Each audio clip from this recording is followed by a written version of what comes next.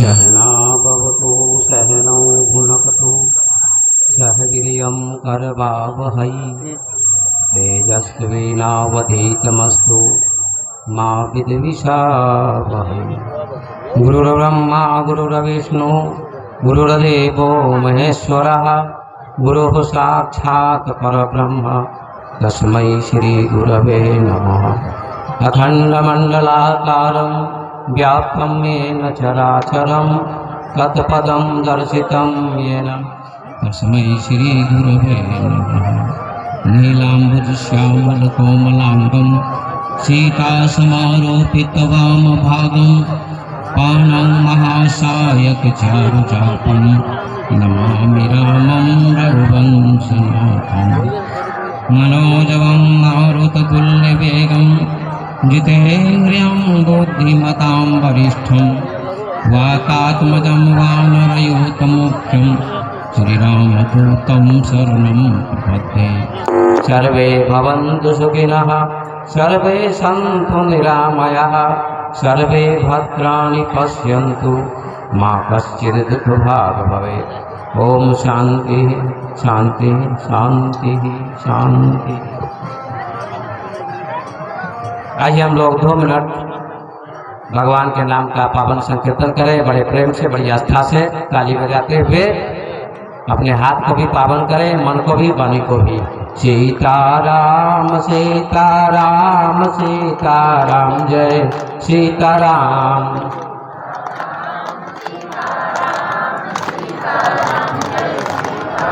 राम सीताराम सीताराम सीताराम जय सीताराम।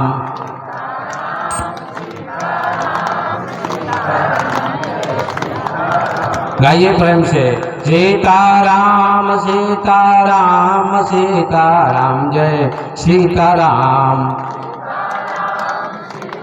राम सीताराम जय सीताराम। सीताराम सीताराम सीताराम जय सीताराम।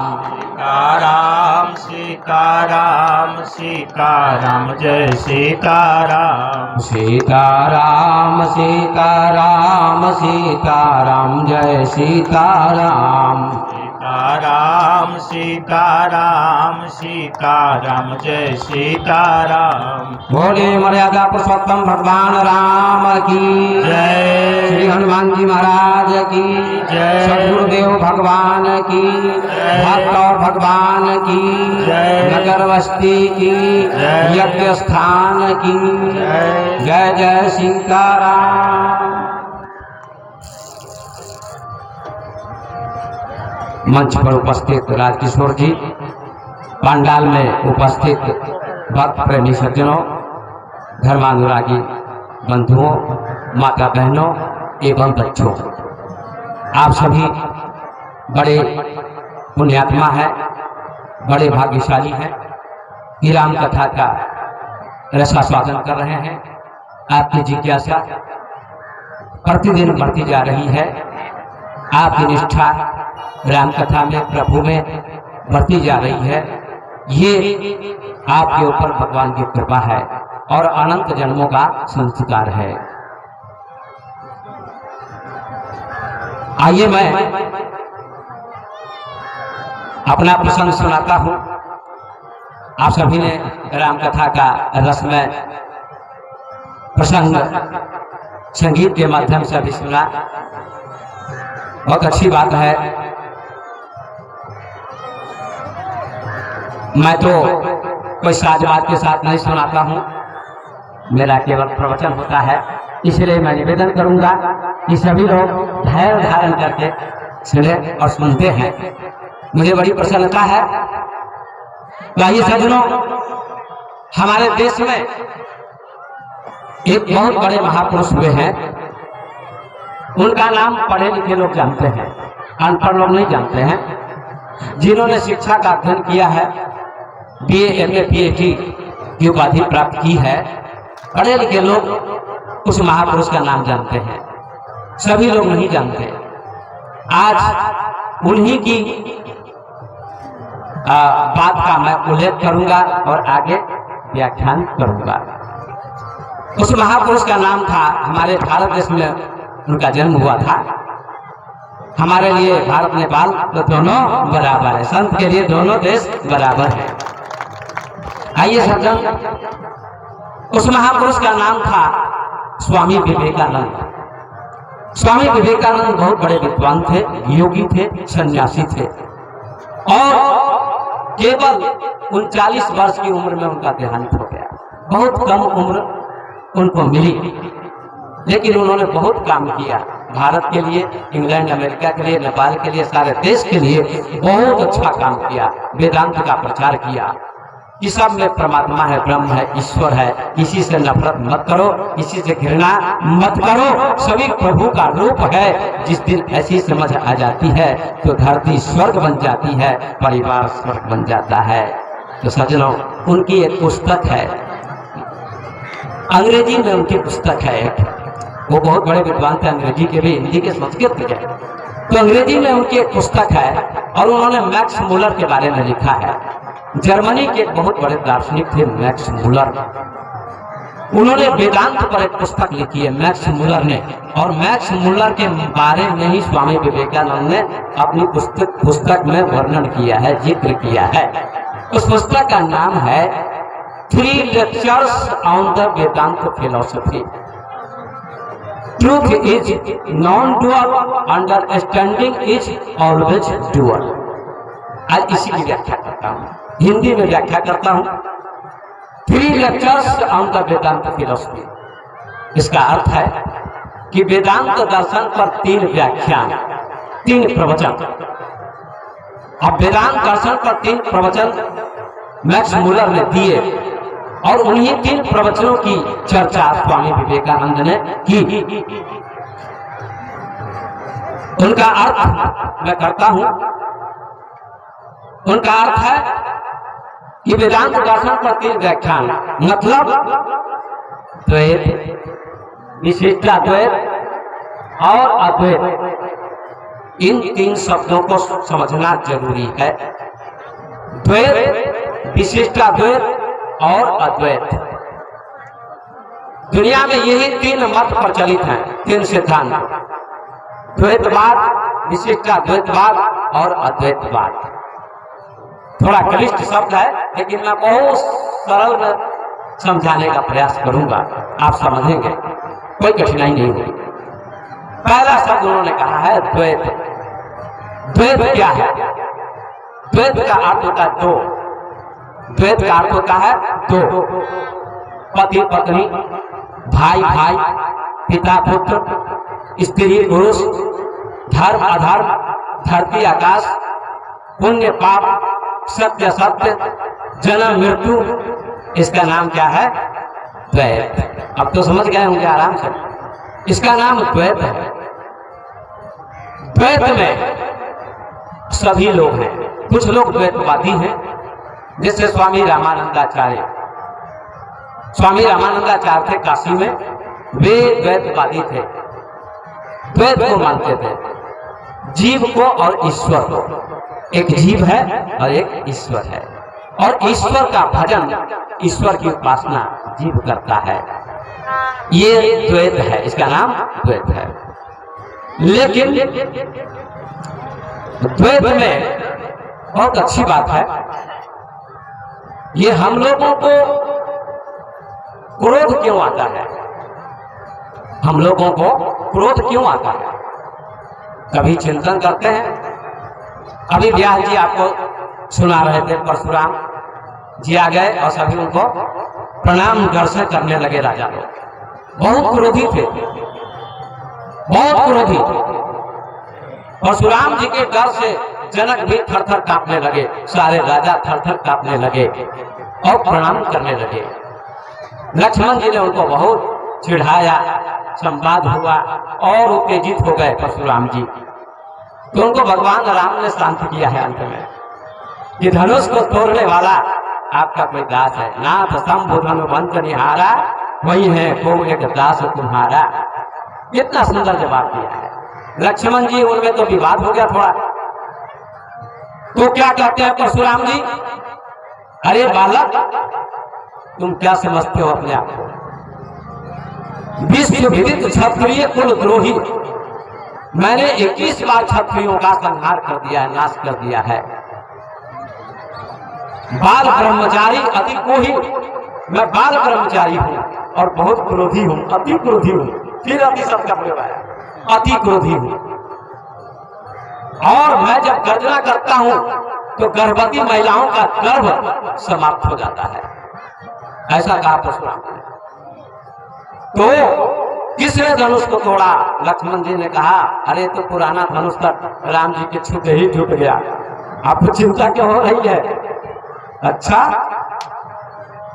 ये मेरे गुरु का शिव का धनुष था, किसने तोड़ा? नाम बताओ। कहा, बाबा इतने क्रोध में क्यों आ रहे हैं आप? थोड़ी शांति से बात कीजिए। आप ब्राह्मण हैं, संत हैं, फिर इतना क्रोध क्यों करते हैं आप? तो परशुराम जी कहते हैं, मैं छोड़ने वाला नहीं हूं, बताना पड़ेगा। तब राम जी बताते हैं कि आपका कोई दास होगा धनुष तोड़ने वाला, इसको माफ कर दीजिए, क्षमा कर दीजिए, छोटा बालक है। तो परशुराम जी कहते हैं कि ये छोटा बालक नहीं, देखने में छोटा है लेकिन बड़ा छोटा है, बड़ा छोटा है। उन्होंने कहा परशुराम जी ने कि इसका शरीर तो गोरा है, आप तो श्याम वर्ण के हैं, और ये गोरा है लेकिन इसका मन गोरा नहीं है। उन्होंने कहा है, तुलसीदास जी ने चौपाई लिखी है, मन मलिन तन सुंदर कैसे, अभी सरस भरा कनक घट जैसे। इसका मन मलिन है, गंदा है, अपवित्र है और शरीर सुंदर है। ये परशुराम जी ने कहा। अंत में भगवान ने धनुष को चढ़ाया है, अपने आप चढ़ गया और परशुराम जी क्षमा मांग के चले गए हैं। ये प्रसंग है। तो ये प्रसंग मैं इसलिए कह रहा हूं कि परशुराम जी को क्रोध आता था बहुत ज्यादा। ये क्रोध क्यों आता है? मेरा प्रसंग ये है, हर आदमी को क्रोध आता है। कभी पति पत्नी में विवाद हो जाता है, कभी पिता पुत्र में हो जाता है, कभी पड़ोसी पड़ोसी में हो जाता है, कभी भाई भाई में हो जाता है, कभी गुरु शिष्य में भी लड़ाई हो जाती है, ऐसा भी हो जाता है। ये क्रोध क्यों आता है? क्या आपने कभी चिंतन किया? नहीं किया। रामायण में प्रसंग और है, उत्तरकांड में लोमस जी के पास काकभूषुंडी जी गए ज्ञान प्राप्त करने। ब्राह्मण का शरीर था, पहले ज्ञान प्राप्त करने गए, ज्ञान दीजिए हमको, लोमस ऋषि के पास। तो लोमस ऋषि ने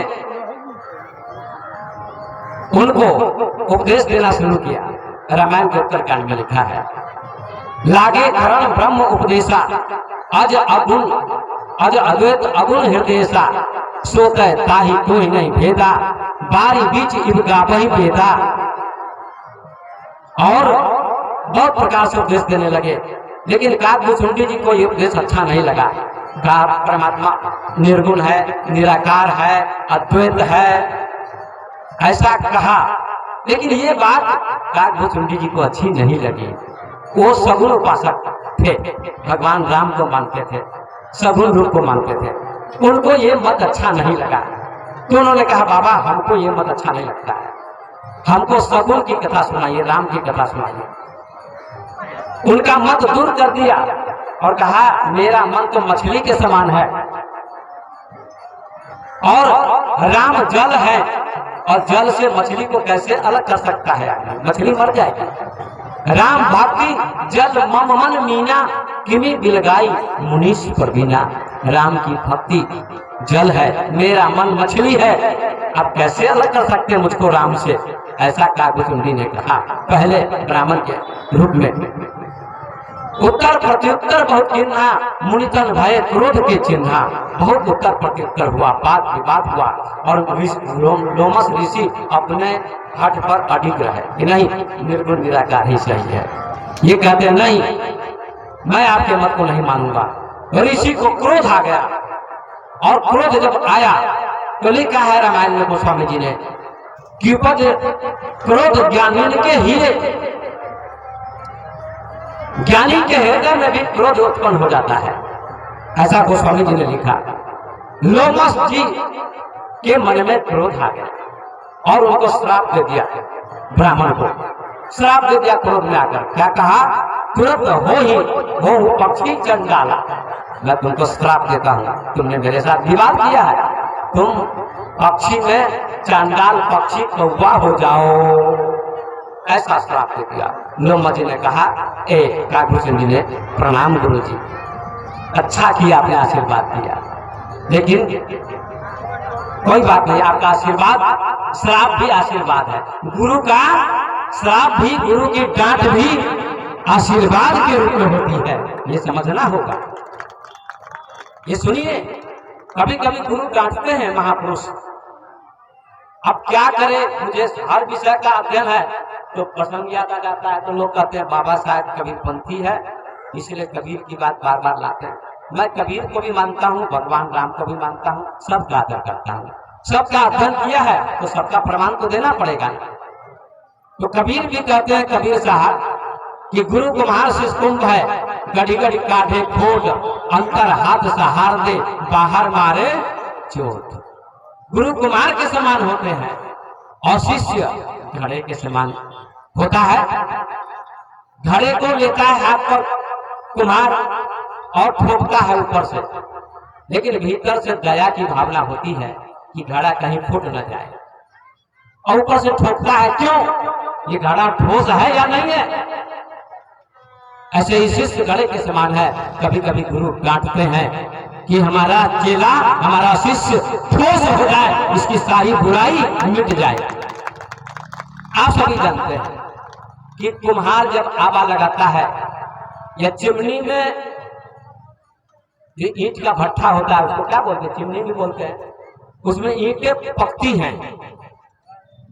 ईंटें क्यों पकती हैं, अग्नि के कारण, उसमें अग्नि लगाई जाती है, तब ईंटें पक जाती हैं, कच्ची ईंटें पकती हैं और तभी मकान में काम आती हैं।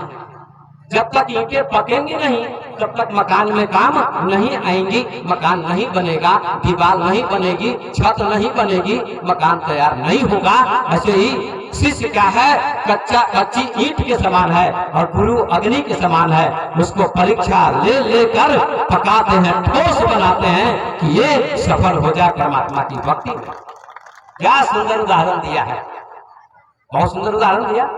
गुरु कुमार शिष्कुंभ है, गड़ी गड़ी काढ़े खोट, माने बुराई को निकालते हैं, अंतर हाथ सहार दे, बाहर मारे चोट, बाहर चोट मारते हैं, फटकारते हैं। यही बात लो मस्जिद ने श्राप दे दिया, तुरंत हो पक्षी चंडाला, पक्षी में चंडाल पक्षी कौवा होता है तो कौवा बन जा, श्राप स्वीकार कर लिया बड़े प्रेम से। कहा गुरु जी, तब गुरु जी को पश्चाताप हुआ कि हमने श्राप तो दे दिया और इसने बर्दाश्त कर लिया। चेला वही है, शिष्य वही है जो गुरु जी के श्राप को भी, डांट को भी बर्दाश्त कर ले तो सफल हो जाएगा। तब लोमा जी ने क्या किया उनको, तब राम जी का ध्यान कहा करो, इसका ध्यान, बालक रूप राम का ध्यान, भगवान राम के बालक रूप का ध्यान करो। अब वरदान हो गया ना, अब क्या होगा, वरदान, बालक रूप का ध्यान करो, ये कहा। यहाँ भी ध्यान की बात आती है ना, देखिए कल मैं भी ध्यान की बात कर रहा था, आप राम नाम भी जपिए, मैं खंडन नहीं कर रहा हूँ, लेकिन कुछ वक्ता है मेरे पीछे आकर बैठते हैं और मेरे बारे में कुछ बोलते हैं, मैं सब सुनता हूँ। जब उनको होश नहीं है बोलने का कि विद्वान का आदर करना चाहिए। अभी बिंदी व्यास जी आए, गए प्रवचन देकर, कथा करके, इन्होंने 3 दिन 4 दिनों तक मेरा सम्मान किया है, मेरे गले में माला बनाई, धन्यवाद के साथ में बिंदी जी, इनको कोई घमंड नहीं बिंदी जी को। लेकिन ऐसे ऐसे वक्ता है जिनके अंदर इतनी मूर्खता, अज्ञानता, जो विद्वानों की कदर नहीं जानते और छुपे रूप में निंदा करना चाहते हैं।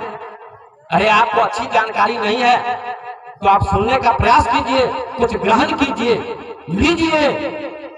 हम लोग भी अपने से विद्वान से लेते हैं, अभी भी प्रणाम करते हैं, उनसे शिक्षा प्राप्त करते हैं। हमने हजारों ग्रंथों का अध्ययन किया। कई उपनिषद पर बोलने के लिए ऐसे वक्ता को, मैं उपनिषद पर 1 सप्ताह बोलूंगा, 15 दिन है हिम्मत बोलने की उपनिषद पर। बहुत ऊंचा उच्च कोटि का ग्रंथ है उपनिषद, 108 उपनिषद है। पूरे बिहार में उपनिषद के अध्ययन करने वाले 1-2 हैं, मुश्किल से। उपनिषद को जानना साधारण बात नहीं है, MA PhD वाला व्यक्ति भी समझ नहीं पाता है। पर हमने उपनिषद का भी अध्ययन किया है। बहुत कुछ कोटि का ग्रंथ है जो बड़े बड़े विद्वान इसकी व्याख्या करते हैं। दिल्ली में, बंबई में, हरिद्वार में, वृंदावन में इसकी व्याख्या, इनकी व्याख्या होती इन ग्रंथों की। तो सुनिएगा, तो क्रोध हम पर नहीं करना चाहिए। अगर आपकी समझ में बात नहीं आती है तो बैठ के सुनिए या हमसे प्रेम पूर्वक समझिए, तो कुछ लाभ मिलेगा, कुछ लाभ मिलेगा। लोमा जी को क्रोध आ गया, ऐसे वक्ता को भी क्रोध आ जाता है कि ऐसा क्यों बोलते हैं, ऐसा क्यों बोलते हैं। अरे हम बहुआयामी व्यक्ति है। मान लीजिए स्कूल में एक ऐसा मास्टर है, ऐसा शिक्षक है जो हिंदी भी जानता है, गणित भी जानता है, फिजिक्स भी जानता है, केमिस्ट्री भी जानता है, अंग्रेजी भी जानता है, इतिहास भी जानता है, भूगोल भी जानता है, अनेक विषयों का ज्ञाता है। उसके पास अनेक विद्यार्थी जाएंगे, जाएंगे कि नहीं जाएंगे? उस शिक्षक को बहुआयामी कहा जाएगा, अनेक विषयों का ज्ञाता। और एक शिक्षक ऐसा है जो केवल हिंदी जानता है, उसके पास केवल हिंदी पढ़ने वाले विद्यार्थी आएंगे। ऐसा ही मैं हूँ, अनेक विषयों पर मैं व्याख्यान देता हूँ। ये कृपा गुरुदेव की है, परमात्मा की है, इसलिए मेरा कोई घमंड नहीं है। मैं आप लोगों का सेवक हूँ, भक्तों का सेवक हूँ, मैं घमंड के साथ कुछ नहीं कहता। तो सुनिए, क्रोध क्यों आता है? द्वैत के कारण, दो के कारण, दो के कारण क्रोध आता है। पति पत्नी दो है तो क्रोध आ जाता है कभी न कभी किसी बात के लिए। पिता पुत्र में भी विवाद हो जाता है, भाई भाई में भी, गुरु शिष्य में भी, पड़ोसी पड़ोसी में भी। ये दुनिया में यूक्रेन और रूस का युद्ध चल रहा है, क्यों? ये सब अहंकार की लड़ाई है, दो की लड़ाई है। अब यूक्रेन बेचारा तैयारी कर रहा है रूस से युद्ध करने के लिए। रूस ने तबाह कर दिया, जैसे अमेरिका ने जापान को तबाह कर दिया था 1945 में, बम गिराया था, 2 लाख लोग मरे थे। आज भी अपांग लोग जन्म लेते हैं। एटम बम गिराया था, एटम बम नहीं गिराना चाहिए। एक एटम या 2 एटम बम गिराया जाएगा तो लाखों करोड़ों लोग मर जाएंगे। इस पृथ्वी को इतने एटम बम तैयार हो चुके हैं वैज्ञानिक के द्वारा कि 7 बार पृथ्वी को नष्ट किया जा सकता है। सोचिए जरा, ये सब विनाश का कारण भी है। इसलिए विज्ञान विकास भी करता है, साथ साथ विनाश की ओर भी जाता है युद्ध। ये माइक का आविष्कार, बिजली का आविष्कार, बस का, ट्रेन का, हवाई जहाज का, मोबाइल का, टेलीविजन का, हजारों चीजों का आविष्कार हुआ है दुनिया की भलाई के लिए। ये तो वैज्ञानिक ने अच्छा किया है, इसलिए वैज्ञानिक भी वंदनीय है इस मामले में। आइए मेरे सज्जन, तो एक क्रोध क्यों आता है? 2 देश लड़ते हैं क्रोध के कारण। अब क्रोध आता क्यों है? तो द्वैत के कारण। उत्तर हो गया द्वैत के कारण, 2 के कारण। लोमस जी को क्रोध आ गया। लोमस जी पूरे ज्ञानी नहीं थे। गोस्वामी जी ने लिखा है कि उपज क्रोध ज्ञान इनके ही है। सुनिए जरा आप लोग, केवल कथा मैं नहीं सुनाता हूं, मैं विज्ञान, अध्यात्म, मनोविज्ञान, रहस्य की बात बताता हूं। गोस्वामी जी कहते हैं कि क्रोध ज्ञानी के हृदय में भी आता है। नहीं, गोस्वामी जी ने यहां अच्छी बात नहीं लिखी है।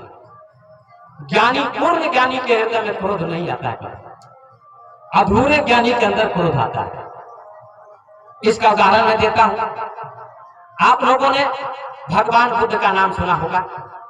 भगवान बुद्ध नेपाल में ही उनका जन्म हुआ था। पहले तो भारत का ही अंग था, अब नेपाल में है, कपिलवस्तु में। और उन्होंने राज्य का त्याग कर दिया, पत्नी का त्याग कर दिया और बोध गया में जाकर 6 वर्षों तक ध्यान किया था। ध्यान, आंखें बंद करके ध्यान किया था 6 वर्षों तक। किस चीज का ध्यान किया था? भगवान का ध्यान नहीं किया था। वो तो भगवान को भी नहीं मानते थे। यदि भी भगवान है, लेकिन वो कहते थे भगवान तक तुम्हारी वाणी नहीं पहुंच सकती है, शब्द नहीं पहुंचेगा। वहां न मन पहुंचता है, न वाणी पहुंचती है। इसका नाम दर्शन है, फिलॉसफी है। अगर यहाँ बड़े बड़े प्रोफेसर, डॉक्टर, इंजीनियर हो, लेकिन आप लोग भी जरूर समझ रहे हैं, धन्यवाद के पात्र हैं, कुछ न कुछ जरूर आप लोग समझ रहे हैं, इसलिए मैं आप लोगों का सम्मान करता हूं। 6 वर्षों तक उन्होंने ध्यान किया। किस चीज का? भगवान का नहीं। भगवान का ध्यान नहीं होता है, भगवान पर मन को केंद्रित किया जाता है। कल भी मैंने कहा था थोड़ा, भगवान राम की तस्वीर, भगवान कृष्ण की तस्वीर, भगवान शिव की तस्वीर, या कबीर के मानने वाले कबीर साहब की तस्वीर, या बुद्ध के मानने वाले बुद्ध की तस्वीर पर, या ईसा मसीह को मानने वाले ईसा मसीह की तस्वीर पर मन को केंद्रित करते हैं। इसका नाम कंसंट्रेशन है, एकाग्रता है। और ध्यान इसके आगे की चीज है, जहां मन भी समाप्त हो जाता है, मन नहीं रहता है, उसका नाम ध्यान है। No mind is meditation. कैसे? जरा ध्यान दीजिए माता बहनों भाइयों सभी लोग। मैंने तीसरे दिन कहा था कि 3 अवस्था होती, जागृत, स्वप्न, सुषुप्ति। अभी जगह है हम लोग, इसका नाम जागृत। शरीर भी जगह है, मन भी जगह है, आत्मा भी जगह, तीनों जगह। इसका नाम क्या है? जागृत। स्वप्न में शरीर सो जाता है और मन जगा हुआ रहता है। कभी तो स्वप्न देखता है, दिल्ली बम्बई कलकत्ता चला जाता रहता है गाड़े में, इसका नाम स्वप्न है। और एक सुषुप्ति है, गहरी नींद। गहरी नींद में सपना भी नहीं आता है। कभी कभी कहता है आदमी कि बहुत सुख से मैं सोया, कोई सपना नहीं आया, ऐसा कहता है कभी कभी। उसका नाम गहरी नींद है, सुषुप्ति है। वहां मन भी सो जाता है, थोड़ी देर के लिए मन सो जाता है, उसका नाम सुषुप्ति है, गहरी नींद। अब ये कहिएगा कहाँ है बात लिखी हुई? सारे ग्रंथों में लिखी हुई है, ये रामचरितमानस में भी है। 3 अवस्था, 3 गुना, कहीं कपास से काढ़ी, फूल तुरिये संभार गुनी, बाकी करे सुगाधी उत्तर का। अगर ये सब सुनना चाहेंगे तो माथा ठनकेगा, लेकिन थोड़ा सा मजबूत बनाना पड़ेगा छाती को। 3 अवस्था है, 3 गुण है। तो 3 सुषुप्ति अवस्था में, गहरी नींद में स्वप्न नहीं आता है, ना अच्छा ना बुरा। तो सो कर उठता है, आदमी कहता बड़ा आनंद आया, कुछ नहीं, सपना भी नहीं आया, उसी का नाम गहरी नींद है।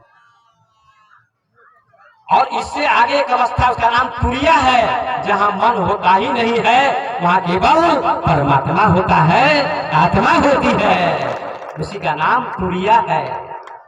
उसी को गोस्वामी जी ने विनय पत्रिका में कहा, 3 अवस्था कजहूं तब भजहूं भगवंत, मन क्रम वचन अगोचर, व्यापक व्याप्य अनंत। 3 अवस्थाओं को त्यागो तब भजन करो। हम तो 3 अवस्था में बैठे हुए हैं अभी, इससे ऊपर की बात करते हैं गोस्वामी जी। गोस्वामी जी कहते हैं, मैं नहीं कहता, इसलिए मेरा दोष मत दीजिएगा। तो बुद्ध को कभी क्रोध नहीं आया, ध्यान करते थे। आंख बंद करके आप लोग भी कीजिए, राम नाम का जाप भी कीजिए, कथा भी सुनिए और थोड़ा ध्यान भी कीजिए। मैंने कल कहा था ना, कागभूषुंडी जी ध्यान भी करते थे और जप भी करते थे और मानस पूजा भी करते थे और कथा भी करते थे, चारों काम करते थे ना। ये रामचरितमानस के उत्तरकांड में कल भी मैंने बताया था। तो आप लोगों को जप करना चाहिए कि नहीं करना चाहिए? ध्यान करना चाहिए कि नहीं करना चाहिए? करना चाहिए। हमारे हाथ में कितनी उंगलियां हैं? दोनों हाथ में। बोलिए, आप लोग जानते हैं, फिर भी पूछता हूं इसलिए कि एक उंगली से काम चलेगी, 2 उंगली से? जब भोजन करते हैं तो 5 उंगलियों का सहारा लेते हैं, भोजन मुंह में जाता है। ध्यान 1 उंगली, जप 1 उंगली, तप 1 उंगली, योग 1 उंगली और यज्ञ 1 उंगली। ये सब अंगुलियां हैं और सभी का सहारा लेना भी जरूरी है। क्या सुंदर गोस्वामी जी लिखते हैं, लेकिन वक्ता लोग नहीं जानने के कारण अज्ञानता में अनाप शनाप बोलते हैं। उनको विद्वता का कुछ भी पता नहीं, विद्वान का, ज्ञानी का अनुभव तो कुछ है नहीं, इसलिए होश पूर्वक बोलना चाहिए। मैं पूरे भारत में सब जगह जाता हूँ, सब जगह मेरा सम्मान होता है। अयोध्या के निकट में गया था, 100 संत आए थे, वहां भी मेरा सम्मान हुआ, फर्स्ट नंबर प्रवचन में आया था। और उत्तर प्रदेश के लोग पागल हो गए मेरे पीछे, कहा बिहारी बाबा बड़ा तेज तरार है, ये एटम बम है। ये बाबा देखने में तो छोटा लगता है, लेकिन एटम बम है। अभी बसंतपुर में पिछले साल हुआ था कार्यक्रम, वहां भी सबने, मैं तो अपनी प्रशंसा नहीं करना चाहता, लेकिन संत ने भी, गांव के लोगों ने भी, क्षेत्र के लोगों ने भी दास की प्रशंसा की, सही व्याख्यान दिया है, सही व्याख्यान दिया, कोई गलत व्याख्यान मैंने नहीं दिया। तो अगर हम कबीर की बात करते हैं तो कबीर ने क्या गलत कहा है? कुछ गलत नहीं कहा है। कबीर ने मानव समाज को, गरीब को गले से लगाने का प्रयास किया है, गरीबों का, दलितों का मसीहा थे, क्रांतिकारी थे, जातवाद के कट्टर विरोधी और मानवतावाद के पुजारी थे कबीर। सही थे, गलत नहीं थे। हिंदू मुसलमान को समता का संदेश दिया, क्यों लड़ते हो? इस पर व्याख्यान दूंगा तो बहुत समय चला जाएगा, प्रसंग पर आता हूँ। तो आइए, मैं विजय पर भी महीनों व्याख्यान दे सकता हूँ, महीनों, ये घमंड के साथ निकल। तो भगवान बुद्ध ने ध्यान की आंख बंद करके, श्वास आती है जाती है उस पर ध्यान देना है। 10 मिनट 15 मिनट रोज। यूट्यूब पर एक प्रवचन आता है मेरा, उसका नाम है ध्यान क्या है और कैसे करें। सैकड़ों प्रवचन जा चुके हैं, एक प्रवचन का नाम है, आप लोग जरूर सुनिएगा। उसमें मैंने बहुत गहरी व्याख्या की है। तो भगवान बुद्ध ने 6 वर्षों तक ध्यान किया और उनका क्रोध शांत हो गया। श्वास को देखते देखते देखते, केवल देखिए, दृष्टा बन के, just seeing without the mind. हमारे देश, भारत देश में एक भगवान रजनीश हुए, उन्होंने कहा है कि आंख बंद करके आप श्वास को केवल देखिए। बुद्ध भी यही कहते थे, आधा घंटा, 1 घंटा, 15 मिनट आप श्वास को खाली देखिए, बोलिए कुछ नहीं, सोचिए कुछ नहीं। सोचना मन से होता है और देखना आंख से होता है। बच्चा आंख से केवल देखता है, बच्चा सोचता नहीं है कुछ। बच्चे के सामने 100 रुपए का नोट रख दीजिए, 6 महीने के बच्चे के सामने, 6 महीने के बच्चे के सामने, वो फाड़ देगा लेके। उसकी दृष्टि में नोट है ही नहीं, क्योंकि वो हृदय से जीता है, केवल देखता है आंख से। उसके पास बुद्धि विकसित नहीं है। बैल के सामने रख दीजिए, वो भी ध्यान नहीं देगा नोट पर, क्योंकि बच्चे के पास, बैल के पास बुद्धि विकसित नहीं है। आप देखते हैं नोट, क्योंकि आपकी बुद्धि विकसित है, आपकी बुद्धि विकसित है, इसलिए नोट देखते हैं उसको। आप है तो कागज ही, लेकिन सरकारी मान्यता है, गवर्नर का हस्ताक्षर, इसलिए कागज भी नोट बन जाता है, महत्व बन जाता है, और उसे व्यवहार चलता है। मेरे भाई, व्यवहार चलता है। तो भगवान रजनीश कहते हैं, ओशो बहुत बड़े महापुरुष थे, उनका जवाब देने वाला पूरे भारत और विश्व में कोई भी नहीं था। ऐसे महापुरुष थे ओशो रजनीश। उनकी मैंने 200 पुस्तकें पढ़ी हैं, और उन्होंने कहा, सीइंग विदाउट द माइंड। ध्यान से सुनिए माता बहन, आप लोग भी, आप लोगों के काम की भी चीज है, सबके काम की चीज है। सीइंग विदाउट द माइंड, आंख बंद करके केवल देखो, देखो किसको, श्वास को देखो, आ रही जा रही। आप 3 साल देखिए, 3 महीना केवल प्रयोग कीजिए, 15 मिनट, तो आपका मन शांत होने लगेगा, चंचलता मिटेगी, क्रोध कम होगा, लोभ कम होगा, और परम शांति का अनुभव होने लगेगा। ये प्रयोग है। भगवान बुद्ध ने 6 वर्षों तक ऐसा किया, और 6 वर्षों के बाद उनको आत्मज्ञान हुआ, और पूरी दुनिया में जाकर उन्होंने, एशिया में जाकर धर्म का, प्रेम का, शांति का संदेश दिया। उनको लोगों ने बहुत सताया, बुद्ध को लोगों ने सताया, पत्थर फेंका, लेकिन कभी क्रोध नहीं आता था। क्रोध क्या है माता बहनों, आपको भी क्रोध आता है ना? सबको आता है। सास बहू लड़ जाती है, कभी कभी सास बहू लड़ जाती है। क्यों लड़ जाती है? मैं बड़ी, सास कहती है, बहू कहती है नया जमाना है, मेरा अधिकार चलेगा, इसलिए विवाद हो जाता है ना, इसलिए विवाद हो जाता है, क्रोध आ जाता है। एक छोटी सी कहानी सुना देता हूं इस पर। एक पति पत्नी थे, तो गरीब थे दोनों। पति पुराने जमाने में हल चलता था, तो हल चलाता था, किसी धनी मनी व्यक्ति के यहाँ जाकर मजदूरी करता था, और पत्नी भोजन बनाती थी जैसा कि बनाती है माताएं। तो क्या हुआ, कभी झगड़ा दोनों में नहीं होता था। ध्यान से सुनिए माता बहनों, बहुत काम की चीज है। एक कहानी सुनाता हूं। घर को स्वर्ग माताएं ही बना सकती हैं। ये सीता, जगदम्बा, लक्ष्मी, सरस्वती, ये टोटल हमारी माताएं हैं। आप ही सीता बन जाइए। माँ जानकी की पूजा हो रही है, उनका नाम हो रहा है। आहा, क्यों नाम हो रहा है? उनकी मूर्ति बनाकर लोग पूछते हैं सीताराम की, नहीं, गलत बात। उनके चरित्र की पूजा हो रही है, उनके विचार की पूजा हो रही है। मूर्ति की पूजा का बहाना है। माँ जानकी परम शांत थी। आती है, मिथिला से शादी करके, विवाह करके अयोध्या। 3 सासुएं थी, कौशल्या, कैकेयी, सुमित्रा।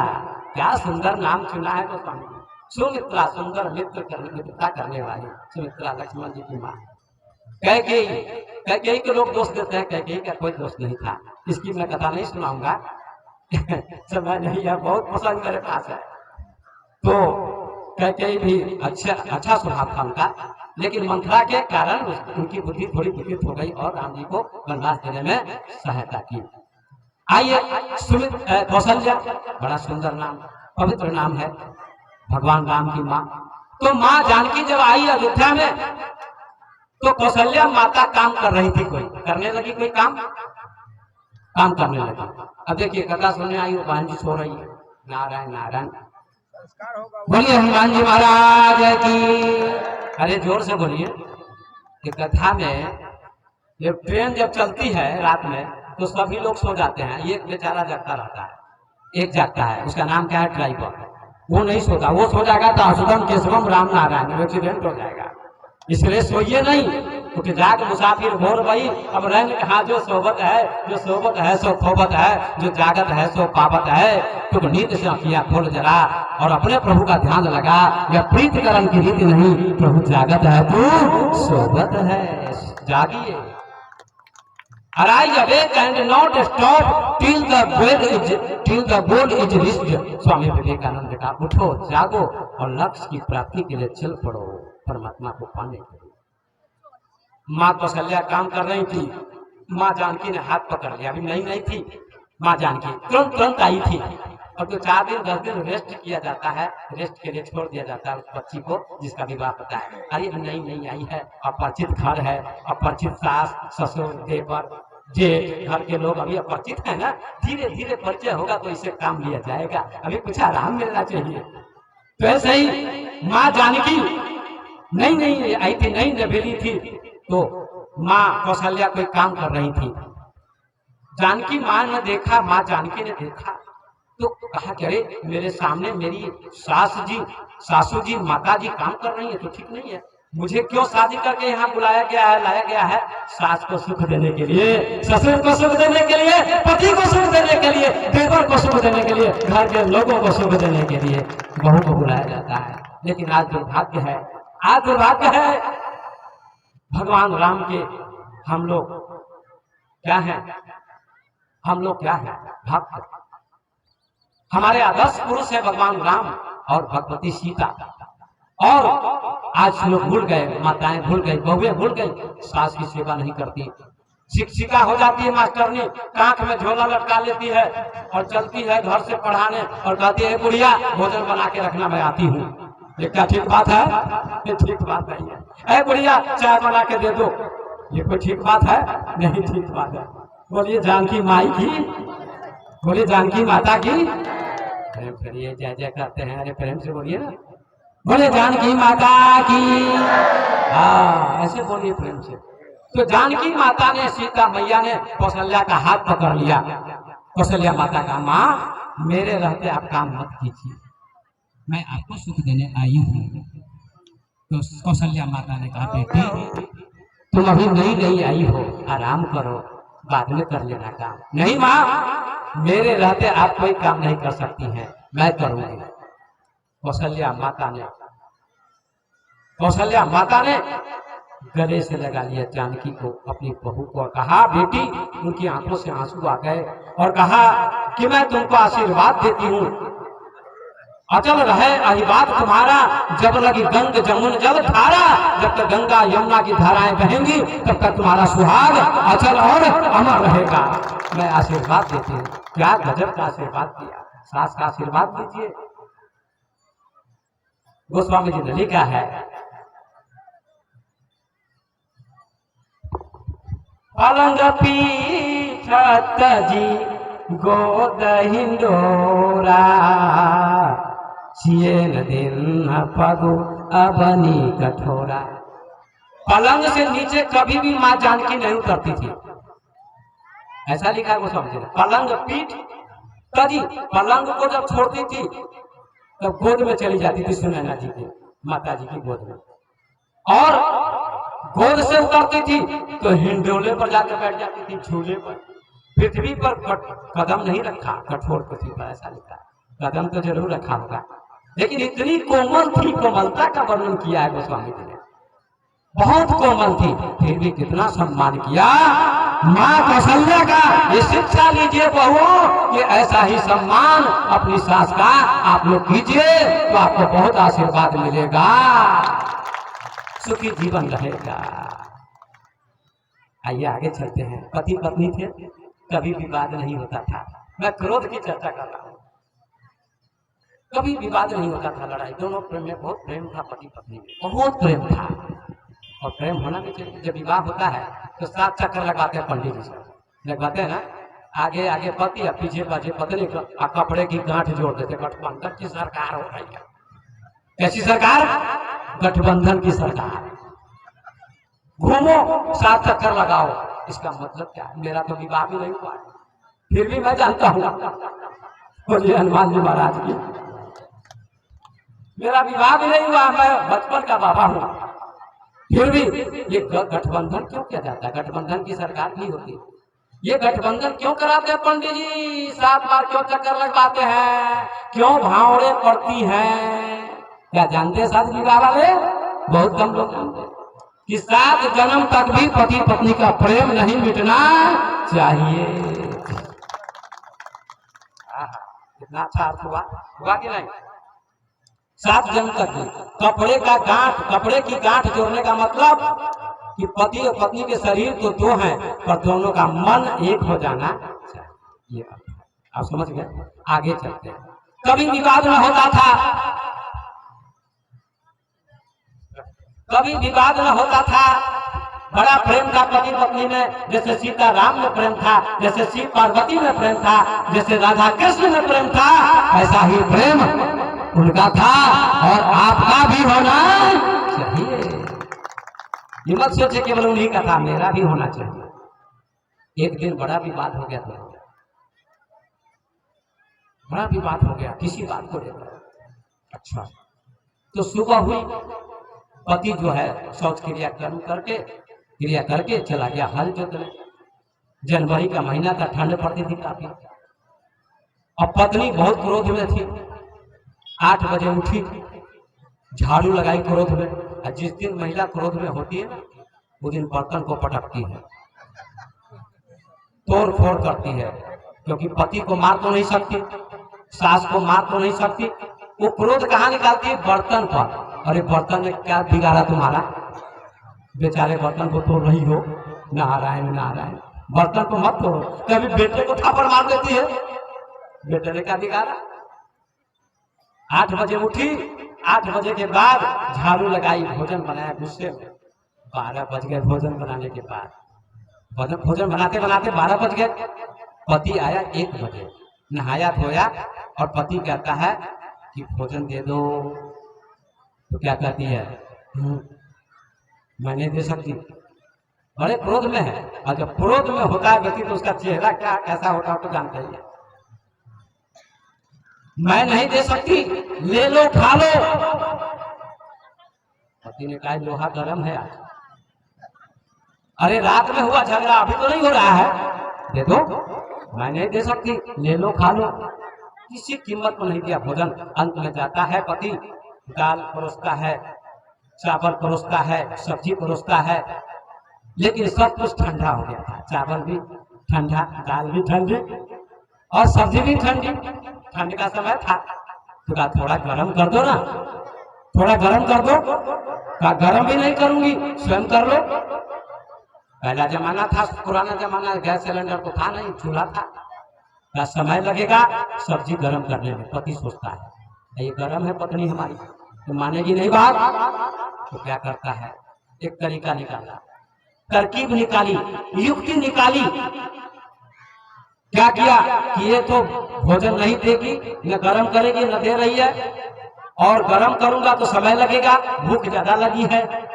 इसलिए उसने एक तरीका निकाला, सब्जी की कटोरी ले लिया हाथ में, और पत्नी बैठी थी वहां बरामदे में, मुंह फुलाए बैठी थी, क्रोध में। जाता है पति, उसके सिर पर कटोरी रख देता है, सब्जी की कटोरी। तो पत्नी कहती है तुम्हारा दिमाग खराब हो गया है, ये मेरे सिर पर सब्जी की कटोरी क्यों रखते हो? कहा इसलिए रखता हूं कि तुम तो जल ही रही हो, एक चूल्हा जलाने जाता तो समय लगता, और तुम जल रही हो, गर्म हो ही, तो मैंने सोचा इसी पर सब्जी गर्म हो जाएगी, इसी पर सब्जी गर्म हो जाएगी। पत्नी को हंसी आ जाए, और जब हंसी आ जाए तो क्रोध शांत हो जाता है। पत्नी को क्रोध अब नहीं आया, हंसी आई, अब शांत हो गया। देखिए पति ने, अगर पत्नी गर्म हो तो पत्नी को नरम, पत्नी गर्म हो तो पति को नरम, पति गर्म हो तो पत्नी को नरम होना चाहिए। आग पर घी डालिएगा तो आग नहीं बुझेगी, आग पर पानी डालेंगे तो आग बुझ जाएगी। भगवान बुद्ध कहते थे कि नहीं बेरानी, नहीं बेरानी बेर समन तुधर उदाचना, बैर से बैर शांत नहीं होता है, बैर प्रेम से शांत होता है। हमारे जीवन में प्रेम हो, पति ने प्रेम किया और पत्नी का क्रोध शांत हो गया। आइए क्रोध क्यों आता है? लोमस ऋषि को क्रोध क्यों आया? क्योंकि पूरे ज्ञानी नहीं थे। भगवान बुद्ध पूरे ज्ञानी थे, इसलिए उनको कभी क्रोध नहीं आता, कभी नहीं। किसी ने उनके शरीर पर थूक दिया फिर भी पोछ दिया और उस आदमी ने क्षमा मांगी, धन्य है। कबीर साहब ने कहा कि जहां दया तहां धर्म है, जहां लोभ तहां पाप, जहां क्रोध तहां काल है, जहां क्षमा तहां आप। जहां दया तहां धर्म है, जहां दया है वहां धर्म है, जहां लोभ है वहां पाप है, जहां क्रोध है वहां काल है। क्रोध मत करो, लेकिन क्रोध हो जाता है। भगवान बुद्ध को क्रोध ना आता था, महावीर स्वामी को क्रोध ना आता था, और ईसा मसीह को क्रोध नहीं आता था। ईसाई धर्म के पैगंबर, उनको सूली दी गई, पूरे शरीर में कांटी ठोक दी गई, कीले ठोक दी गई, जबकि प्रेम का संदेश दिया था उन्होंने।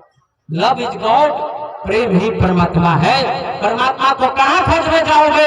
सबसे प्रेम करो, यही परमात्मा को पाने का मार्ग है। यही बात कबीर साहब कहते हैं, पोथी पढ़ी पढ़ी जग मुआ, पंडित भयानक होए, ढाई आखर प्रेम का, पढ़े सो पंडित होए। यही बात गोस्वामी जी कहते हैं कि राम ही केवल प्रेम प्यारा, राम ही केवल प्रेम प्यारा, जान ले हो जो जान निहारा। राम केवल प्रेम के भूखे हैं, प्रेम के प्यासे हैं। ये गोस्वामी जी भी वही बात करते हैं। कहाँ अंतर है? कोई अंतर बोलिए, है कोई अंतर? कबीर की वाणी में, तुलसी की वाणी में और ईसा मसीह की वाणी में कोई अंतर है? नहीं है। सब वही कहते हैं। ईसा मसीह को सूली दी गई और हंसते हुए उन्होंने प्राण का त्याग किया, और उन्होंने अंतिम समय में कहा कि जो लोग मुझे सूली दे रहे हैं, आज ईसाई धर्म दुनिया में फर्स्ट नंबर पर है। आपको ये भी जानना होगा, सबसे ज्यादा जनसंख्या किसकी है? ईसाई धर्म की, सेकंड में मुसलमान की, थर्ड में बौद्ध की, और फोर्थ में हिंदू की है। ये जान लीजिए, हिंदू की क्यों जनसंख्या कम है? केवल जातवाद के कारण। इसमें विघटन है, जातवाद, जातवाद, हम ब्राह्मण, हम यादव, हम तेली, हम सूरी, ये बांट दिया, बर्बाद कर दिया ब्राह्मणों ने हमारे समाज को। इसलिए कबीर ने कहा, कोई ब्राह्मण नहीं, कोई क्षत्रिय नहीं, कोई वैश्य नहीं, कोई शूद्र नहीं, सभी मानव मानव है, मानव से प्रेम करो।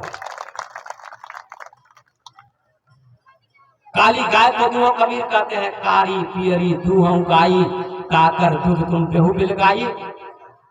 काली गाय का दूध निकालो और पीली गाय का दूध निकालो और सफेद गाय का दूध निकालो, कैसा रंग होगा सबका? आप ही लोग बताइए। सफेद कि काली गाय का दूध काला होगा? नहीं, सफेद होगा। क्या सुंदर कहते हैं। काला आदमी हो, ब्राह्मण आदमी हो, क्षत्रिय हो, कोई भी हो, बड़ा हो, छोटा हो, प्रधानमंत्री, राष्ट्रपति, डॉक्टर, इंजीनियर, प्रोफेसर, स्त्री, पुरुष, बच्चे, वृद्ध, जवान, सबके अंदर वही आत्मा है, वही खून है, वही हड्डी है, वही भगवान है। क्या सुंदर कहा। आइए, ईसा मसीह ने कहा, प्रभु तेरी मर्जी पूरी हो, इन सबको क्षमा कर देना। आंख में आंसू आएंगे आपको। इन सबको क्षमा कर देना प्रभु। ये सब बच्चे हैं, इनको पता नहीं है कि किसको सूली दे रहे हैं। इतने बड़े महापुरुष को सूली दे दी। आज उनके नाम से ईस्वी चल रही है, ईस्वी 2022 उन्हीं के नाम से ईस्वी चल रही है। नए वर्ष के अवसर पर मैंने प्रवचन दिया है 1 घंटा। 9 वर्ष की हार्दिक शुभकामना। हर चीज पर मैं प्रवचन देता हूँ। होली पर आप प्रवचन दूंगा, दिवाली को प्रवचन देता हूँ, छठ पर जो भी पर्व आता है सब पर प्रवचन देता हूँ। यूट्यूब पर जाता है, सुनिएगा सभी लोग, सभी लोग सुनिएगा, सभी लोग सुनिएगा।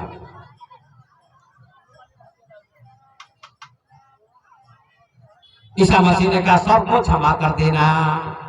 देखिए आज उनकी पूजा हो रही ना, मरने के बाद पूजा हो रही है। कबीर को भी लोगों ने बहुत दंडित किया। कबीर ने कहा हिंदू मुसलमानों लड़ो मत, खुदा भी वही राम भी वही, क्यों लड़ते हो। हिंदू कहे वही राम प्यारा, तुर्क कहे नहीं माना, आपस में दोनों लड़ मर गए, मरम काहू नहीं जाना। हिंदू कहते हमारे राम श्रेष्ठ, मुसलमान कहते अल्लाह श्रेष्ठ। लेकिन दोनों एक ही चीज के दो नाम है। अंग्रेजी में वाटर कहिए, हिंदी में पानी कहिए, बात एक ही है कि नहीं है। उनकी अपनी इच्छा है, वो अल्लाह कहते कोई बात नहीं, आप राम कहते हैं बहुत अच्छी बात है, लेकिन लड़ने की जरूरत नहीं है। कबीर साहब कहते हैं हिंदू कहे वही राम प्यारा, तुर्क कहे नहीं माना, आपस में दोनों लड़ मर गए, मरम काहू नहीं जाना। लड़ो मत, सब में एक को ही देखो, तो यही इसी का नाम धर्म है, इसी का नाम सत्य है, इसी का नाम प्रेम है। इसको समझिए। अब आगे चलते हैं। हाँ, कबीर ने तो बहुत पद कहे कि दो भगवान नहीं है, एक ही भगवान है। कुछ भी कहो, एकदम सदविप्रा बहुधा वदंती, वेद में भी लिखा है सत्य एक है, नाम एक है। राम कहो, रहीम कहो, खुदा कहो, गॉड कहो, अल्लाह कहो, भगवान कहो, ब्रह्म कहो, ईश्वर कहो, कुछ भी कहो। का भाई रे तू जगदीश कहाँ से आया, कहो कौने पौराया, यही कबीर ने कहा। अल्लाह राम करीमा के सौ, हरि हजरत नाम धराया। ये सब कहा, बहुत सुंदर बात है, झगड़ा को मिटाया। तो कबीर को हिंदुओं ने भी दंडित किया और मुसलमानों ने भी विरोध किया, लेकिन कबीर साहब को कभी क्रोध नहीं आया, कभी क्रोध नहीं आया, क्योंकि कबीर भी पूर्ण ज्ञानी थे और बुद्ध भी पूर्ण ज्ञानी थे, महावीर भी पूर्ण ज्ञानी थे। पूर्ण ज्ञानी को क्रोध नहीं आता है, ये याद रखिए, पूर्ण ज्ञानी को क्रोध नहीं आता। क्रोध को जीत लेते हैं, किससे? ध्यान से, योग से। तो लोमस ऋषि को क्रोध आ गया। क्रोध कैसे मिटेगा? क्रोध क्या है? आग है, आग को पानी से बुझा दीजिए। आग क्या? क्रोध। प्रेम क्या? पानी।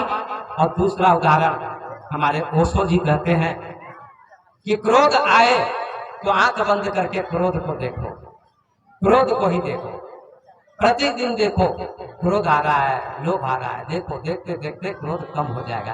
क्रोध कच्चा चावल है और कच्चे चावल को कोई खाएगा तो पेट खराब हो जाएगा।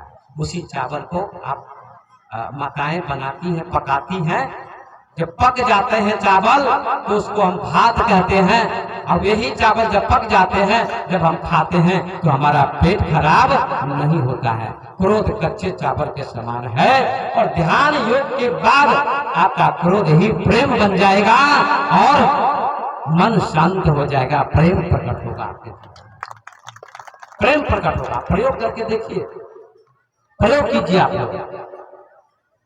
आइए, लोमस ऋषि को क्रोध आया, क्योंकि वे भी अभी पूरे ज्ञानी नहीं थे, द्वैत में थे।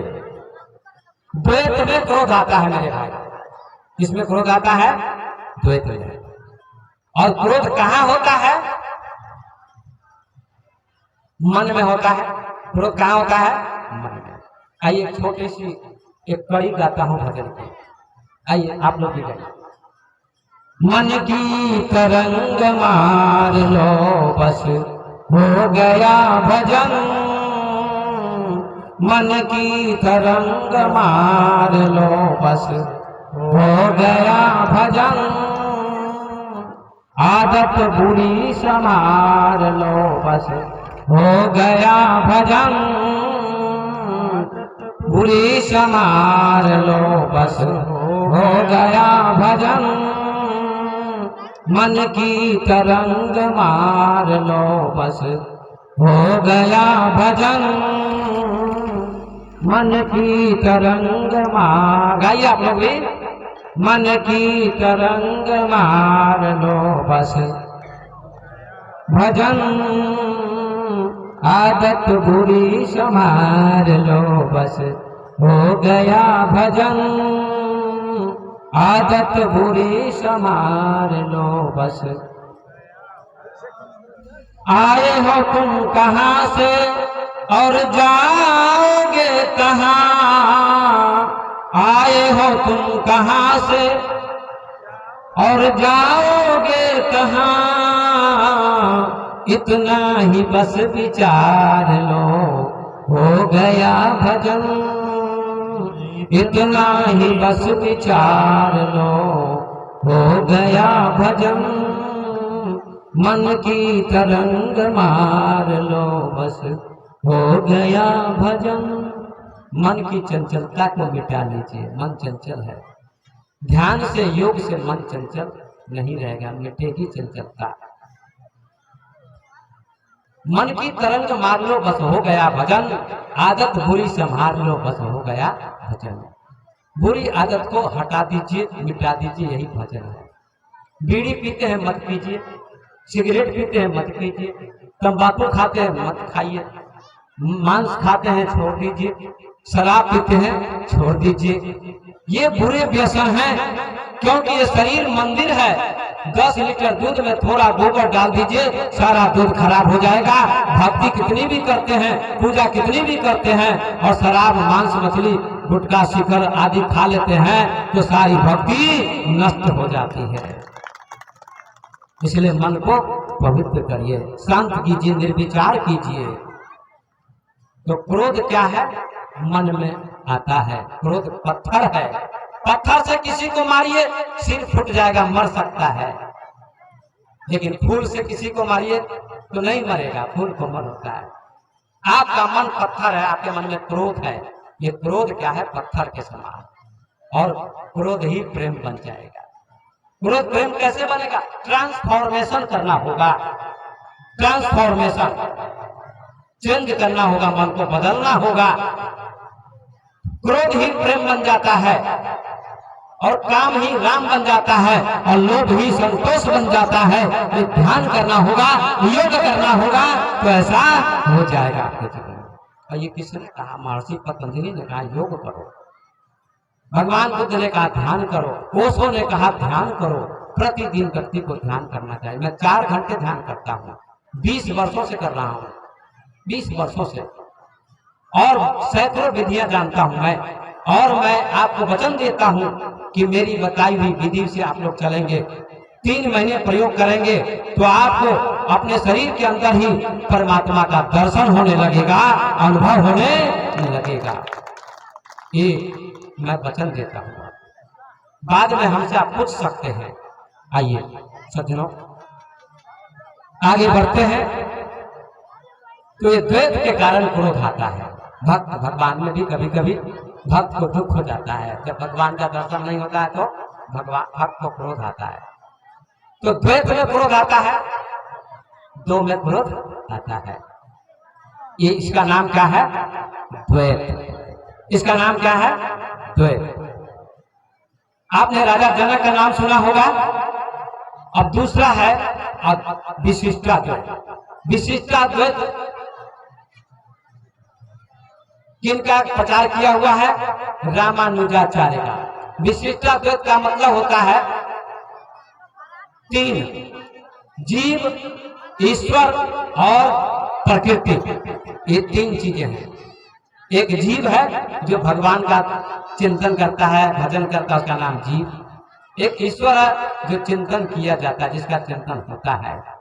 और बीच में प्रकृति है। प्रकृति किसे कहते हैं? ये सूरज, ये चांद, ये धरती, पूरी सृष्टि ही प्रकृति है। रामानुजाचार्य कहते हैं तीनों सत्य हैं। रामानुजाचार्य क्या कहते हैं? तीनों सत्य हैं। अब इसकी एक कहानी कहकर मैं सुनाऊंगा, राजा जनक का प्रसंग सुनाऊंगा। तब समझे क्या। मां जानकी के पिता जनक बहुत बड़े ज्ञानी थे, विदेही कह जाते हैं। उन्होंने एक दिन सपना देखा, स्वप्न देखा, और स्वप्न में क्या देखा कि मैं भिखारी बन गया हूं, भीख मांग रहा हूं, भिक्षा मांग रहा हूं, और कहीं भंडारा हो रहा था, पत्तल पर सामान था, खीर, कचौरी, सब्जी, उसी को लेकर खाने के लिए सोच रहे थे, खाना चाहते थे। तब तक कुत्ता आया और झपट के वो भोजन ले गया, झपट के भोजन ले गया, और भूख के मारे वो परेशान थे। राजा जनक ये स्वप्न में देख रहे थे। उनकी नींद खुल गई। जब नींद खुली तो क्या देखते हैं, न मैं भिखारी हूं, न भंडारा हो रहा है, न भोजन कुत्ता छीन के ले गया, कुछ भी नहीं। अब तो राजा है, महल में सोए हैं, पलंग पर, आसन पर। सपना मिट गया।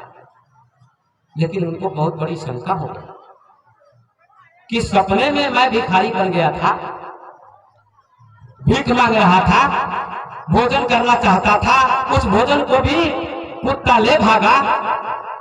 मैं दुखी था, परेशान था, लेकिन अब नींद खुल गई। तो सुनिएगा जरा ध्यान से माता बहनों और भाइयों, अब नींद खुल गई तो न मैं भिखारी हूं, न भंडारा हो रहा है, और न कुत्ता आया, अब मैं तो राजा हूं।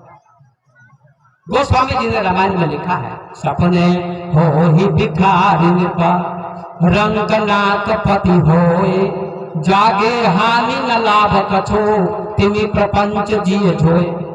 बहुत चुनौतीपूर्ण ये दोहा है। सपने में भिखारी राजा बन जाता है। सपने होए भिखारी रंगनाथ पति होए, और राजा इंद्र बन जाता है, दरिद्र इंद्र बन जाता है।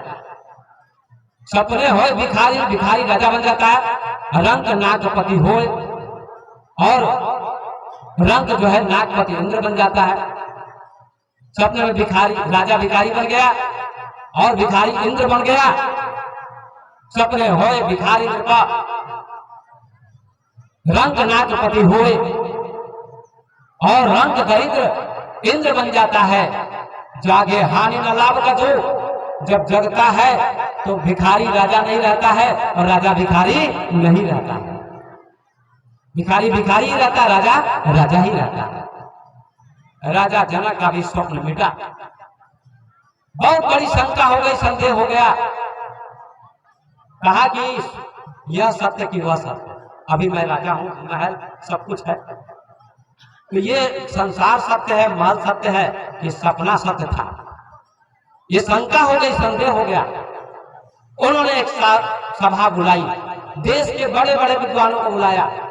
हजारों विद्वान पंडित आए और बोर्ड पर लिखवा दिया, यह सत्य कि वह सत्य, जो इस प्रश्न का उत्तर देगा उसको मैं गुरु स्वीकार करूंगा, और जो मेरे प्रश्न का उत्तर नहीं देगा उसको जेल की सजा होगी। हजारों पंडित आए, हजारों पंडित आए। राजा जनक यही प्रश्न करते थे, आप बोलिए यह सत्य कि वह सत्य। कोई कहता था यह सत्य, कोई कहता था वह सत्य। किसी ने भी उनके प्रश्न का उत्तर नहीं दिया। राजा जनक को संतुष्टि नहीं मिली।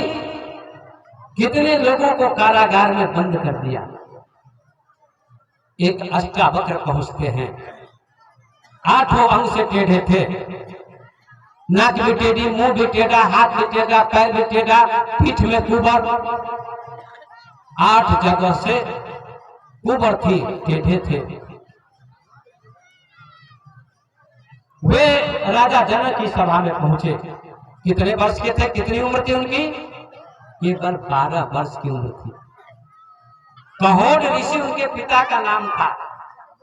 उनके पिता भी बंदी बना लिए गए थे,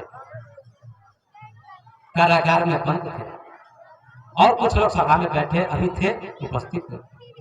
अष्टावक्र को सूचना मिली, खबर मिली, समाचार मिला कि राजा जनक का एक प्रश्न है, यह सत्य कि वह सत्य, और इसका उत्तर किसी ने भी नहीं दिया है, किसी विद्वान ने नहीं। उन्होंने अपनी माँ से कहा, माँ का नाम था सुजाता, माँ मुझे तुम आशीर्वाद दो, मैं राजा जनक की सभा में जाऊंगा और राजा जनक के प्रश्न का उत्तर दूंगा और सभी बंदी राजाओं को मुक्त कर दूंगा। माँ ने कहा, बेटा जहां बड़े बड़े ढोल वहां खंजरी का कौन मोल, जहां बड़े बड़े विद्वान उत्तर नहीं दे सके राजा जनक के प्रश्न का, तो तुम जैसे टेढ़े मेढ़े व्यक्ति कैसे उत्तर दे सकते हो राजा जनक के प्रश्न का। कहा, माँ केवल आशीर्वाद दे दो, आशीर्वाद दे दो, विजयी होकर लौटूंगा। माँ ने कहा, जाओ बेटा मैं तुम्हें आशीर्वाद देती हूँ, तुम विजयी होकर लौटो। जाते हैं अष्टावक्र घसीटते हुए लाठी का सहारा लेकर राजा जनक की सभा में पहुंच गए और एक आसन खाली था, सब आसन भरे हुए थे, एक आसन खाली था, सबसे ऊंचा आसन, और उसी ऊंचे आसन पर जाकर अष्टावक्र विराजमान हो गए। अष्टावक्र विराजमान हो गए और नीचे नगाड़ा रखा हुआ था कि जो जितने वेद का जानकार हो उतनी बार डंडे की चोट मारे। जो एक वेद का जानकार होता था एक बार डंडा मारता था, जो 2 वेद का जानकार होता था 2 बार डंडा मारता था, जो 3 वेद का जानकार होता था 3 बार डंडा मारता था, जो 4 वेद का जानकार होता था 4 बार चोट मारता था नगाड़े पर। लेकिन अष्टावक्र गए और 50-100 चोटें लगाई, उस नगाड़े पर डंडे की चोटें लगाई और जाकर ऊंची गद्दी पर बैठ गए, ऊंचे आसन पर बैठ गए। टेढ़ा मेढ़ा शरीर, उनको देखकर सारे पंडित हंसने लगे, ठठाकर हंसने लगे। ये काला कलूटा, ये टेढ़ा मेढ़ा व्यक्ति, ये ऊंचे आसन पर चला गया, सब हंसने लगे। तो जब सब हंसने लगे तो अष्टावक्र भी हंसने लगे, ठठाके हा हा हा। सारे पंडितों ने कहा, हम लोगों को हंसी आई है इसके टेढ़े मेढ़े शरीर को देखकर, इस कुबड़े को देखकर, और इस कुबड़े को हंसी क्यों आई। राजा जनक से पंडितों ने पूछा, विद्वानों ने, राजा जनक जी आप इस कुबड़े से पूछिए कि हम लोगों को हंसी आई इसके टेढ़े मेढ़े शरीर को देखकर, पर इसको क्यों हंसी आई है, इसका कारण पूछिए। राजा जनक ने कहा, बेटे सबको हंसी आई है तुम्हारे टेढ़े मेढ़े शरीर को देखकर, पर बेटे तुमको क्यों हंसी आई है। राजा जनक ने बेटा कहा अष्टावक्र को, लेकिन अष्टावक्र बहुत बड़े ज्ञानी थे।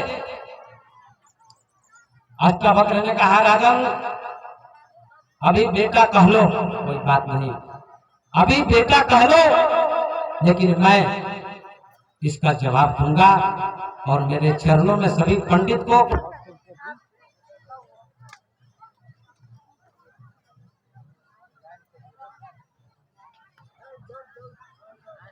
चलिए सबका कीर्तन कर लीजिए। सीताराम सीताराम सीताराम जय सीताराम सीताराम सीताराम सीताराम जय सीताराम सीताराम सीताराम सीताराम जय सीताराम सीताराम सीताराम सीताराम जय सीताराम सीताराम सीताराम गाइए सभी लोग।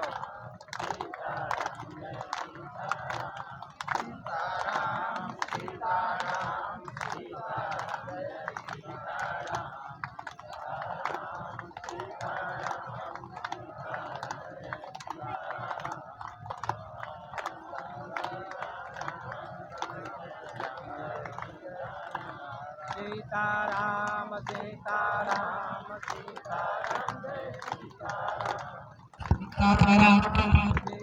राम सीताराम जय सीताराम। बोलिए मर्यादा पुरुषोत्तम भगवान राम की, प्रेम से जयकारा लगे। बोलिए मर्यादा पुरुषोत्तम भगवान राम की। आइए सज्जनों, अष्टावक्र कहते हैं जनक मुझे इसलिए हंसी आई है कि आपने अपने दरबार में विद्वानों की सभा नहीं लगाई है। आपके दरबार में सभी चमार बैठे हुए हैं, ये चमारों की सभा है, इसीलिए मुझे हंसी आ गई। ये विद्वानों की सभा नहीं है। कहा कैसे? कहा जो चमड़ी की पहचान करता है वही चमार होता है। चमार जाति नहीं होती है। जो चमड़ी की पहचान करता है वह चमार होता है। जो शरीर की पहचान करता है वह चमार होता है। अष्टावक्र कहते हैं राजन, मेरा शरीर टेढ़ा मेढ़ा है पर आत्मा टेढ़ी मेढ़ी नहीं होती है। गुण टेढ़ा मेढ़ा नहीं होता है। गन्ना टेढ़ा मेढ़ा होता है, गन्ना समझते हैं ना, ईख टेढ़ा मेढ़ा होता है लेकिन उसका रस टेढ़ा मेढ़ा नहीं होता है। गाय काली पीली नीली हो सकती है लेकिन उनका दूध सफेद ही होगा। नदी टेढ़ी मेढ़ी हो सकती है लेकिन उसका पानी टेढ़ा मेढ़ा नहीं होता है। मंदिर टेढ़ा मेढ़ा हो सकता है, शरीर काला गोरा हो सकता है, लेकिन ज्ञान आत्मा ये काली गोरी नहीं होती है। योग्यता ज्ञान काला नहीं होता है।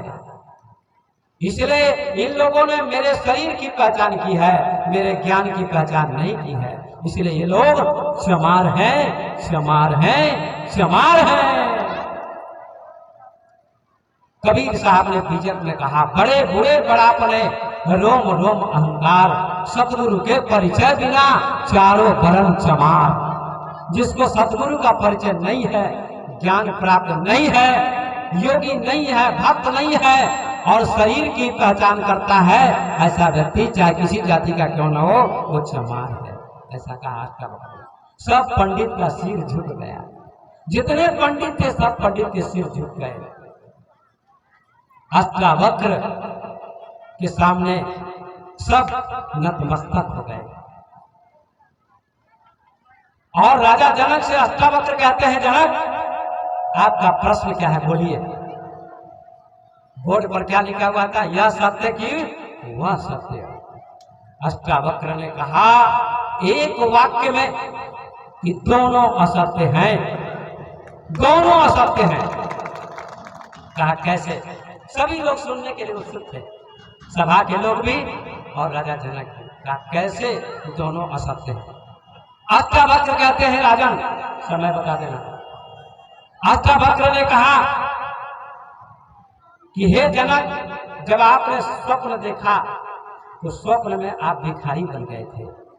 आपने भीख मांगी, आपने भोजन करना चाहा, वह भी भोजन कुत्ता झपट के ले गया।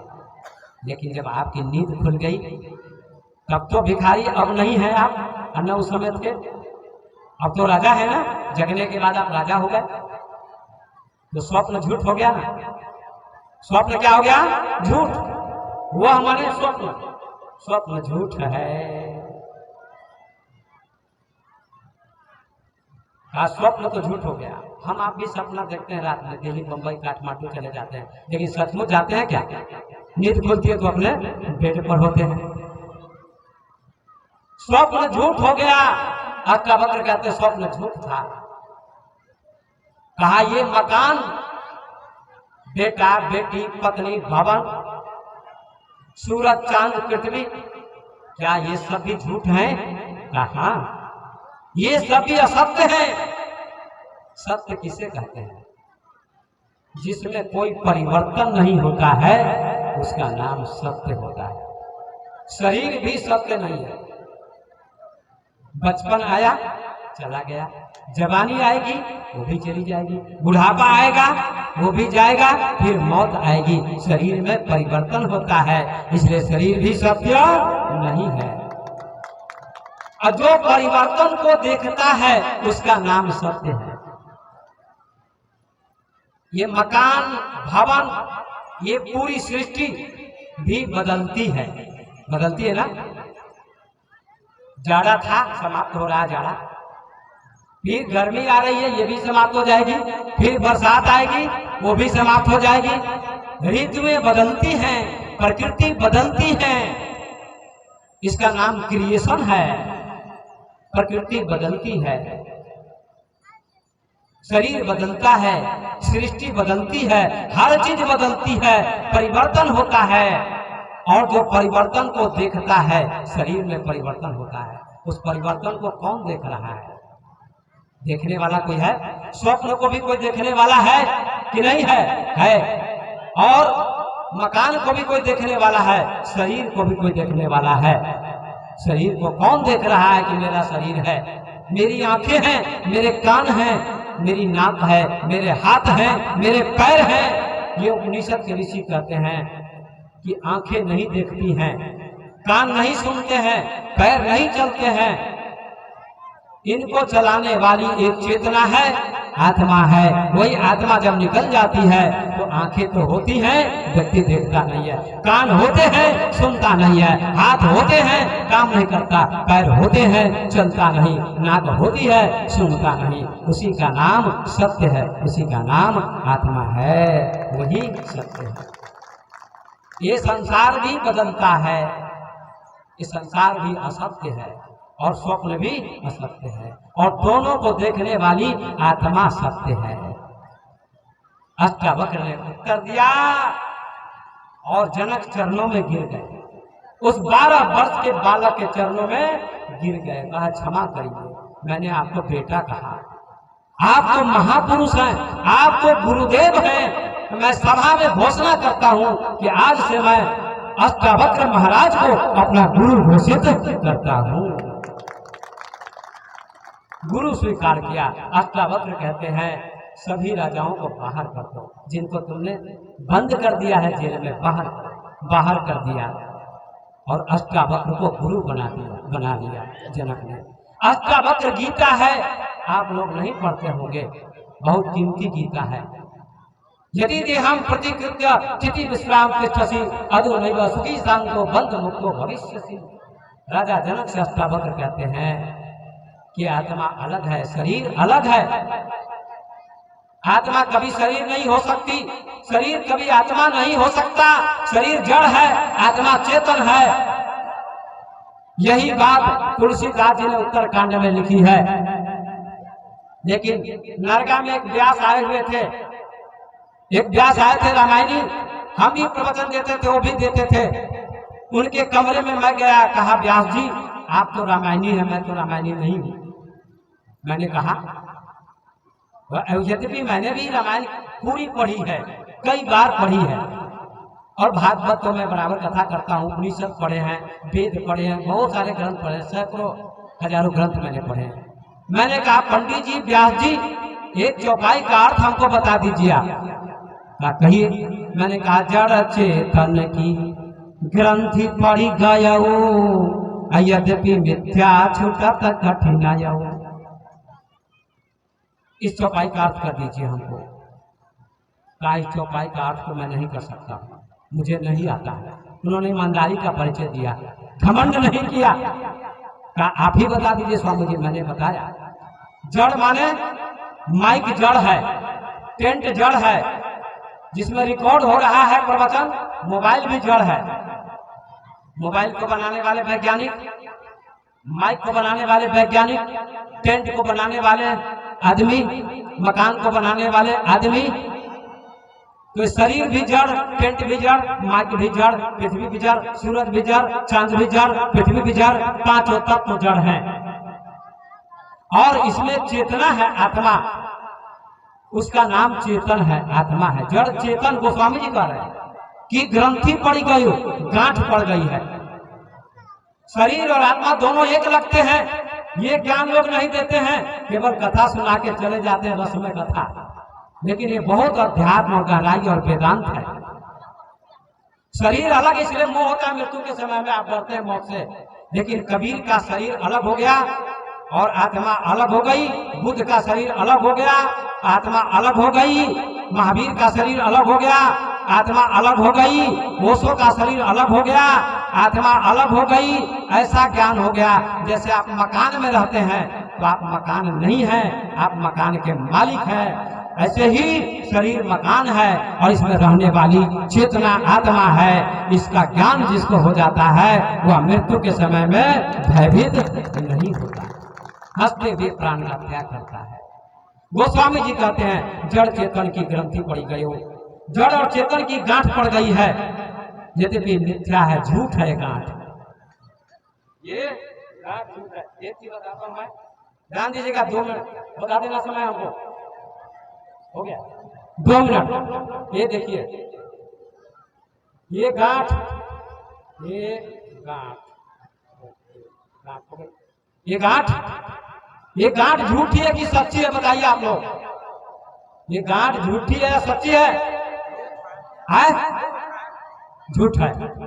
इन्होंने कहा झूठ है, सही कहा, ये गांठ झूठ है। अगर सच्ची होती तो हम खोल नहीं पाएंगे। सच होगी गांठ तो खोल नहीं पाएंगे। सच वस्तु का नाश नहीं होता है, मिटा नहीं सकता कोई, इसको तो खोल दिया हमने। ये गांठ झूठी है, हमने लगा दी है। जड़ चेतन की ग्रंथि पड़ी गई, शरीर अलग आत्मा अलग, लेकिन एक ही जैसे लगते हैं दोनों। आप लोगों को लगता है कि शरीर अलग आत्मा अलग, किसी को लगता है, किसी को नहीं। लेकिन बुद्ध को अलग हो चुका था, ऐसा ध्यान था, ऐसा ध्यान किया था बुद्ध ने, कबीर ने, नानक ने, अष्टावक्र ने, और ओशो ने, कृष्णमूर्ति ने, ईसा मसीह ने, उन लोगों ने ऐसा ध्यान किया था जो ध्यान मैं भी जानता हूँ। शरीर और आत्मा अलग अलग उनको महसूस होता था। इसी का नाम क्या है? आत्मज्ञान। गांठ खुल गई उनकी, क्या हो गई? खुल गई। जड़ चेतन की ग्रंथि पड़ी गई हो, यद्यपि मिथ्या छूटा कठिनाई हो, यद्यपि मिथ्या है लेकिन छूटने में कठिनाई है, लेकिन छूट जाएगी। खोलने वाले गुरु चाहिए, सदगुरु चाहिए, अष्टावक्र जैसे गुरु चाहिए, तो गांठ खुल जाएगी मेरे सज्जनों। तो विशिष्टाद्वैत अष्टावक्र से ज्ञान मिला, जनक को संतुष्टि मिली, गुरु बनाया। विशिष्टाद्वैत जीव, ईश्वर और प्रकृति, ये 3 और अंतिम अद्वैत है जहां एक ही का दर्शन होता है। सब में एक, स्त्री पुरुष संसार में जितने भी प्राणी हैं सब में एक ही परमात्मा है। ऐसा जिसको अनुभव हो जाता है वह ज्ञानी है, वह योगी है, वह विद्वान है। इसी का नाम क्या है? अद्वैत है। अब मैं अपनी वाणी को विराम देता हूँ। सर्वे भवन्तु सुखिनः, सर्वे सन्तु निरामयाः, सर्वे भद्राणि पश्यन्तु, मा कश्चित् दुःखभाग् भवेत्। ओम शांति शांति शांति। कल मैं अद्वैत की विशेष चर्चा करूंगा, उदाहरण दे के कल अद्वैत की चर्चा करूंगा। तो आज 2 ही की चर्चा, द्वैत और विशिष्टाद्वैत की थोड़ी सी व्याख्या की। अपनी वाणी को मैं विराम देता हूँ। बोलिए मर्यादा पुरुषोत्तम राम की, हनुमान जी महाराज की।